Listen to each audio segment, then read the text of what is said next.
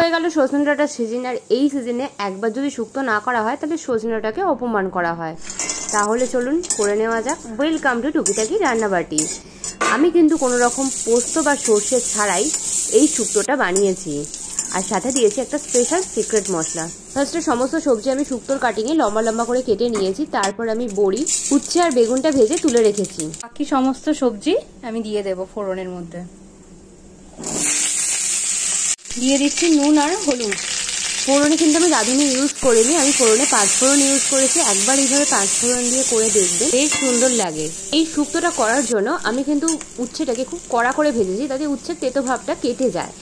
আর আমি সবজিগুলোকে ফার্স্টে একটু চাপা দিয়ে রেখেছিলাম যাতে সবজিগুলো ভালো করে মজে যায়। তারপর আমি দিয়ে দিলাম রাঁধুনি আর আদা বাটা। রাঁধুনি আদা বাটা দিয়ে খুব ভালো করে মিশিয়ে নিয়ে সামান্য নাড়াচাড়া করবো, এবং যাতে না পুড়ে যায় তার জন্য কিন্তু দেখুন আমি সামান্য জল সেটা দিয়েছি। সামান্য জল দিয়ে আমি একটু চাপা দিয়ে দিলাম। সবজিগুলো ভালো করে মশলার সাথে যখন মিশে গেল তারপর আমি দিয়ে দেবো ওপর দিয়ে দুধ। দুধের সাথে পরিমাণ মতো আমি জল দিয়ে দেবো। কেউ দুধের পরিমাণ বেশি দিতে পারেন, জলের পরিমাণ কম দিতে পারেন। দুধ আর জলের পরিমাণটা যে যেমন ঘনত্বের খাবেন তার উপর ডিপেন্ড করছে। 10 মিনিট আমি ওটাকে ফুটতে দেবো। তারপর চাপা খুলে আমি আগে থেকে ভেজে রাখা বড়ি, উচ্ছে আর বেগুনটা দিয়ে ভালো করে মিশিয়ে নেব।